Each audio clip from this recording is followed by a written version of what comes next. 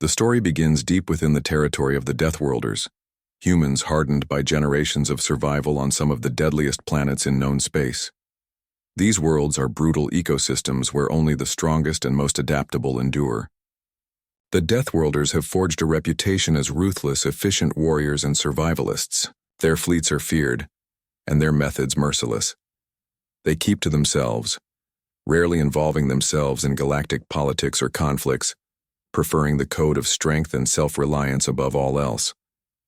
But everything changes when the galactic communication array, a relic scavenged from a forgotten war, intercepts a faint distress signal, an SOS. It's unlike any message they have seen before, coming from a distant star system far beyond the Deathworlders' usual patrol zones. The transmission is garbled and fragmented, but one thing is clear. An alien species is calling for help. The message speaks of overwhelming oppression, destruction of homeworlds, and imminent extinction at the hands of a merciless galactic tyrant. Thedan, Deathworlder Council, a council of the fleet commanders and planetary governors, convenes to debate the legitimacy and worthiness of responding. The debate is fierce. Some see it as a trap, a lure to drag the Deathworlders into a conflict. That isn't theirs. Others argue that ignoring a genuine SOS runs counter to the legacy they want to build, one where strength is also measured by who they choose to protect. Leading the charge for intervention is Fleet Commander Kalen Voss, a veteran hardened by countless battles on hostile Deathworlds. Kalen is no stranger to harsh decisions. His past is marked by sacrifices and victories earned in blood and fire. For him, this call for aid is more than just strategy. It is personal. Rumors suggest that the alien race sending the SOS once saved a group of Deathworlder explorers, stranded on a savage planet years ago. Now Kalen sees this as an opportunity not only to repay a debt, but also to send a powerful message to the galaxy. Deathworlders answer calls for help, but on their terms.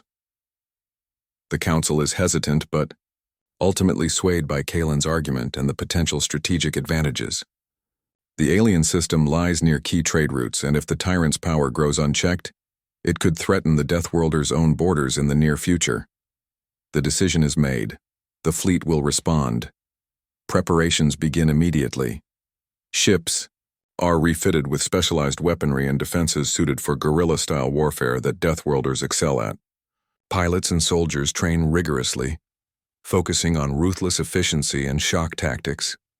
Intelligence operatives scramble to gather every bit of information on the alien species and their enemy, piecing together fragments of data to build a picture of the conflict they are about to enter. Meanwhile, among the rank and file, there is a mixture of excitement and trepidation. Some welcome the chance to prove their might on a new battlefield, while others fear the unknown dangers awaiting them. Yet all share the unyielding resolve that defines Deathworlders: survival at any cost. The story's tension rises as the fleet prepares to jump into the unknown. This is not a humanitarian rescue mission. This is a ruthless intervention by a people shaped by Deathworlds, a storm about to descend on a galaxy that has never truly seen what humans from the harshest worlds are capable of.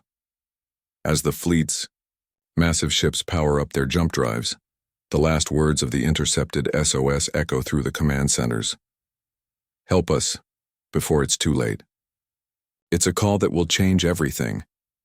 The Deathworlder fleet leaves their home systems behind, hurtling through hyperspace toward the war-torn star system that sent the desperate SOS. As they exit the jump, the scene that greets them is stark and chaotic. Planets smoldering from relentless bombardment, massive space stations shattered or engulfed in flames, and refugee convoys fleeing into the void. The system is a crucible of war, and the Deathworlders have just entered its hottest furnace. Their arrival is unexpected. The tyrant's forces, confident in their overwhelming numbers and advanced weaponry, had not anticipated such a ferocious, efficient force arriving so swiftly. Scanners detect a hostile blockade orbiting the main inhabited planet, the last bastion of the alien species pleading for help. The fleet commander, Kalen Voss, wastes no time issuing orders. His strategy is clear: hit fast, hit hard, and break the enemy's stranglehold before they can regroup. Initial reconnaissance reveals the true scale of the tyrant's dominance. Their fleet is vast and their blockade is heavily fortified with automated defenses, orbital cannons, and swarms of fighter drones. Yet, the Deathworlders do not flinch. They know that brute strength alone will not win this battle. It will be their ruthlessness, adaptability, and unyielding will that tip the scales. The Deathworlders launch a series of lightning raids against enemy patrols, destroying supply lines and liberating prisoners held in brutal conditions. Their guerrilla warfare tactics honed on savage Deathworlds catch the tyrant's forces off guard. Alien allies watching from the sidelines begin to see the Deathworlders in a new light. No longer just fearsome legends, but now the most effective force against the tyrant's reign. But cooperation is uneasy. The alien allies, long accustomed to more diplomatic and cautious warfare, are unsettled by the Deathworlders' cold efficiency and willingness to inflict collateral damage. There are clashes between the Allied commanders and the Deathworlders over strategy and acceptable losses. For the Deathworlders, war is survival, and hesitation is a luxury they cannot afford. Meanwhile, Kalen walks the fine line between inspiring fierce loyalty within his fleet and managing the fragile alliance with the locals. His leadership style is direct and uncompromising, yet he respects the alien culture enough to avoid unnecessary conflicts. His team is a blend of hardened veterans and sharp tacticians, each dedicated to the brutal mission ahead.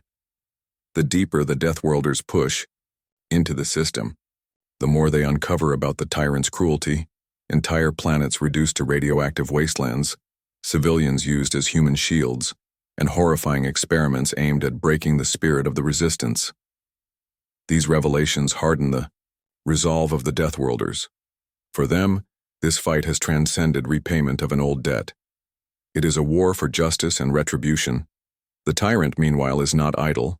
Sensing the threat, they unleash devastating counterattacks targeting refugee ships and civilian worlds, hoping to crush morale. The Deathworlders respond in kind, escalating the conflict to a brutal crescendo.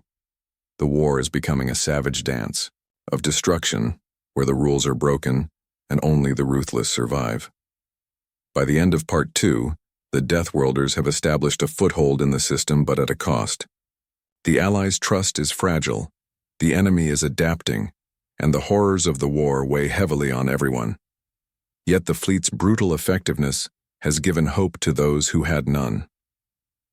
The stage is set for a ruthless showdown where survival is measured not just in victories but in the willingness to embrace the savage reality of war.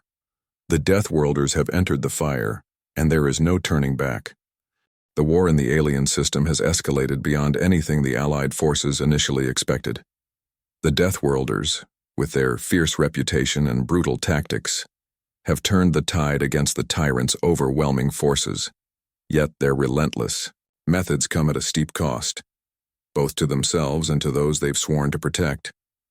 As the Deathworlder fleet pushes deeper into enemy territory, the tyrant retaliates with unprecedented ferocity.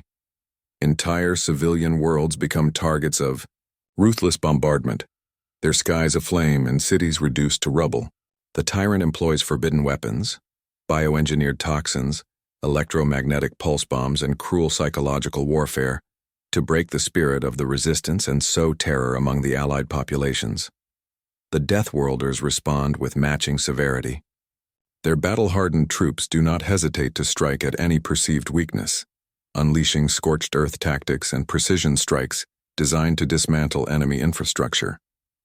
While effective, these actions cause unintended collateral damage, stirring unease among the alien allies who value civilian lives more than the Deathworlders appear to. Within the Alliance, tension simmers. Alien commanders question the cost of victory and the morality of the Deathworlders' methods. Some fear that the ruthless fleet's presence might ultimately alienate the very people they are trying to save.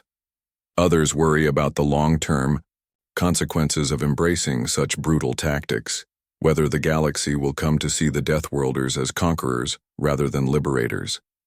Amid these tensions, cracks begin to appear within the Allied ranks.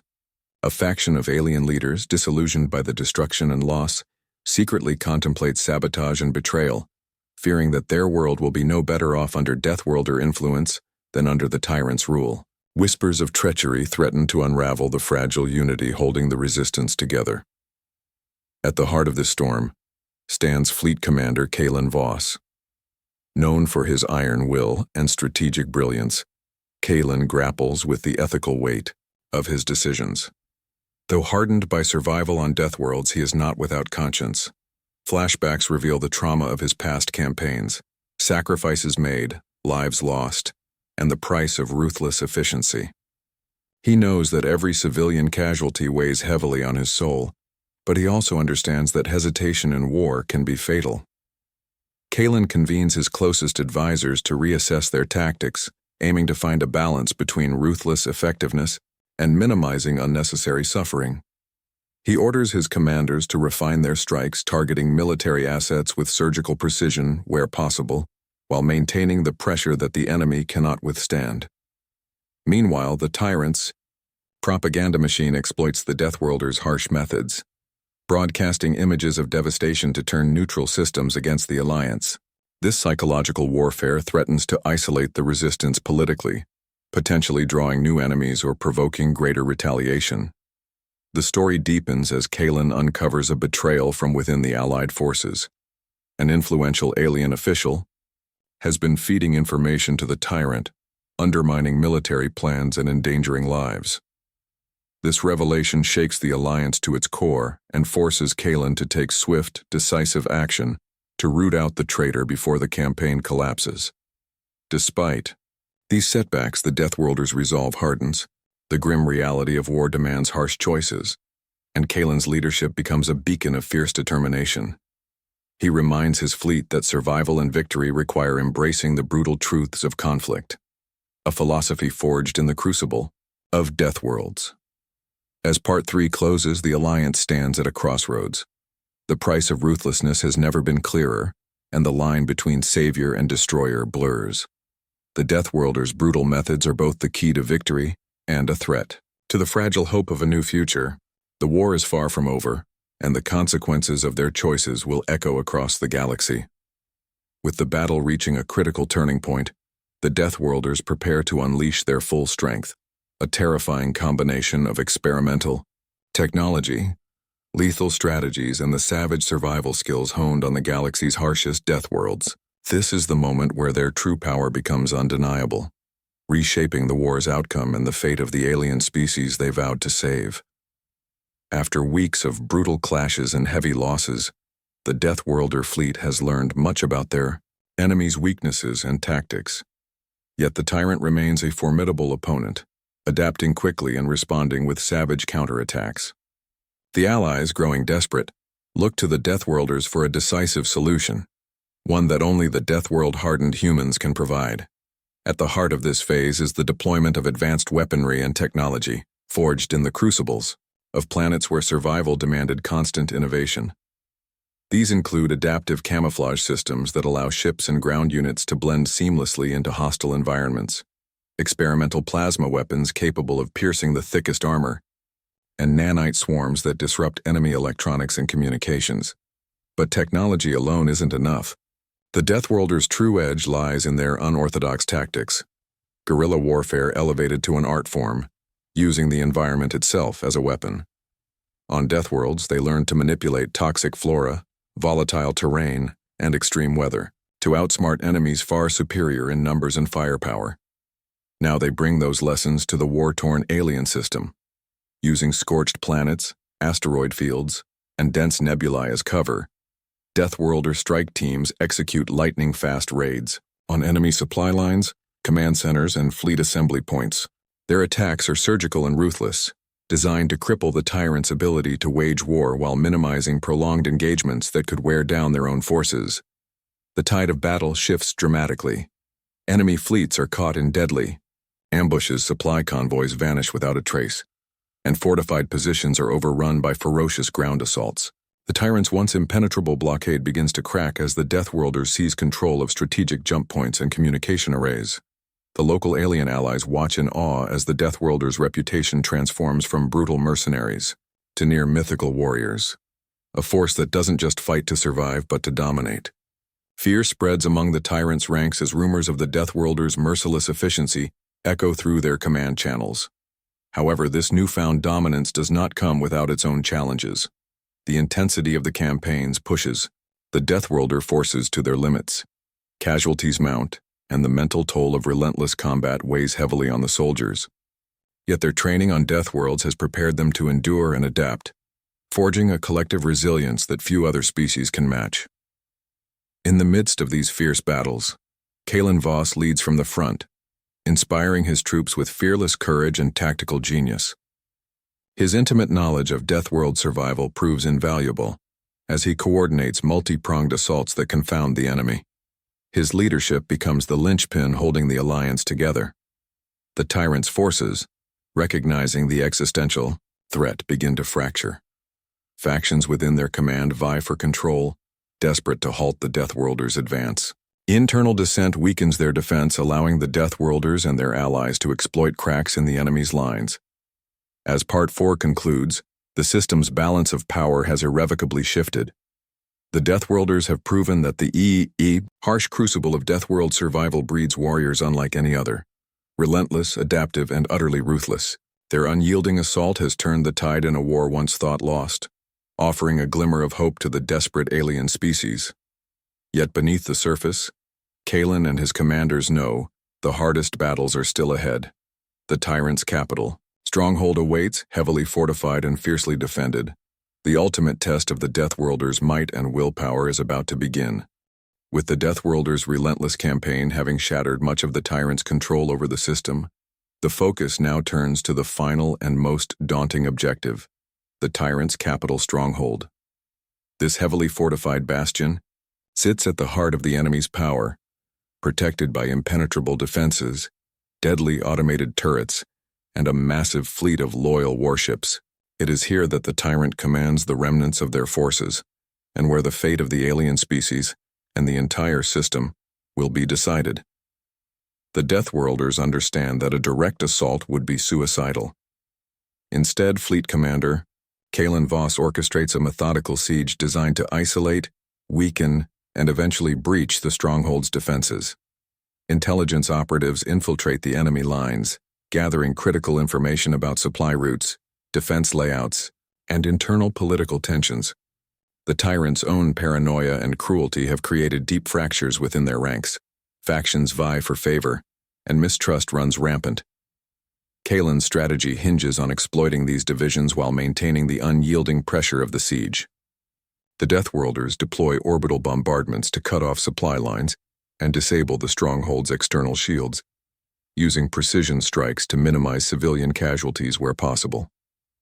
Ground forces prepare for infiltration missions, targeting key installations such as power grids and communication hubs to sow chaos inside. The siege is grueling. The defenders, aware that surrender means total annihilation, fight with desperate fury. The Deathworlders face ambushes, booby traps, and fanatical resistance. Each inch gained comes at a cost, and the casualties mount on both sides. But the Deathworlders' training on Deathworlds, where survival depends on overcoming relentless threats, gives them a unique edge in these brutal, close-quarters battles. Tensions flare within the Allied forces as the prolonged siege tests their resolve. Some alien allies grow impatient, advocating for riskier tactics to speed the end, while others fear the destruction a final assault will bring. Kalen must balance these pressures with his own unwavering commitment to victory and the survival of his fleet. Amid the siege, a pivotal breakthrough comes when Deathworlder intelligence uncovers a secret. The tyrant's command center houses an experimental weapon capable of devastating the entire system. A final doomsday device designed to ensure mutual destruction if defeat is imminent. This revelation raises the stakes dramatically. Kalen quickly orders a covert operation to infiltrate the command center and neutralize the weapon before it can be activated. Elite strike teams, composed of the most skilled and hardened Deathworlders, undertake the perilous mission. The narrative tension heightens as the teams face near-impossible odds inside the fortress, navigating hostile corridors filled with traps and enemy soldiers. Parallel to this, Kalen coordinates the outer siege, forces to maintain the blockade, preventing any escape or reinforcements. The fleet engages in fierce space battles against the tyrant's last-ditch attempts to break the siege, showcasing the Deathworlders' tactical brilliance and ruthless combat effectiveness. The story reaches a climax as the strike teams succeed in disabling the Doomsday weapon, but not without sacrifices. The battle inside the stronghold becomes a desperate fight for survival, and Kalen must make harrowing decisions that weigh the lives of his soldiers against the greater good. As Part 2.5 concludes, the Deathworlders have dealt a crippling blow to the tyrant's hold over the system. The capital stronghold stands vulnerable, and the tyrant's reign teeters on the brink of collapse. Yet the cost has been high, and the emotional and physical toll on the fleet is profound. Victory is within reach, but the final confrontation, the decisive battle that will determine the system's future, is imminent. The Deathworlders prepare to deliver the ultimate strike, fully aware that the outcome will change the galaxy forever. The final chapter of the conflict unfolds as the Deathworlders prepare to deliver the decisive blow to the tyrant's crumbling regime. With the capital stronghold weakened and the Doomsday weapon neutralized, all that remains is the ultimate assault, a ruthless reckoning that will determine not only the fate of the alien system, but the future standing of the Deathworlders themselves in the galactic community. Commander Kalen Voss rallies his fleet and ground forces for the operation, understanding that hesitation now could mean disaster. The Deathworlders, battle-scarred and hardened, are steeled for the brutal fight ahead. Their tactics blend unrelenting aggression with strategic precision, a reflection of their survival ethos from the Deathworlds where only the strongest endure. The assault begins with a massive coordinated strike. Orbital bombardments rain down on the stronghold's defenses, obliterating shield generators and key fortifications. Simultaneously, specialized assault teams launch from dropships, breaching the fortress walls through multiple entry points. The ground combat is savage and chaotic, close-quarters battles in darkened corridors, explosive traps and fierce firefights. Kalen leads one of the spearhead squads, moving with grim determination through the fortress. His leadership is crucial as morale wavers and casualties mount. The soldiers around him, many veterans of hostile Deathworlds themselves, fight not just for victory, but for survival and redemption. Inside the stronghold, the tyrant's loyalists mount a desperate defense. Their numbers dwindle, and their resolve hardens into fanaticism. They unleash brutal counterattacks, including suicide squads and merciless ambushes designed to inflict maximum damage. The Deathworlders face every horror the tyrant's regime can throw at them, but their training and resolve hold firm. As the battle rages, Kalen confronts the tyrant personally in a final showdown. The tyrant, a figure of cold cruelty and arrogance, embodies the oppressive regime's brutality. Their duel is intense, a clash of raw strength, tactical cunning, and unyielding willpower. Kalen's Deathworlder instincts give him an edge. Where the tyrant relies on technology and fear, Kalen trusts in resilience and experience forged through unimaginable hardship. With the tyrant defeated, the fortress falls into Deathworlder hands. The system's oppressed populations begin to emerge from hiding, their hope rekindled by the end of tyranny. Kalen issues orders to stabilize the region, ensuring that liberation is followed by rebuilding, not revenge-fueled chaos. However, the victory is bittersweet. The cost in lives, both Deathworlder and alien, weighs heavily on Kalen and his commanders.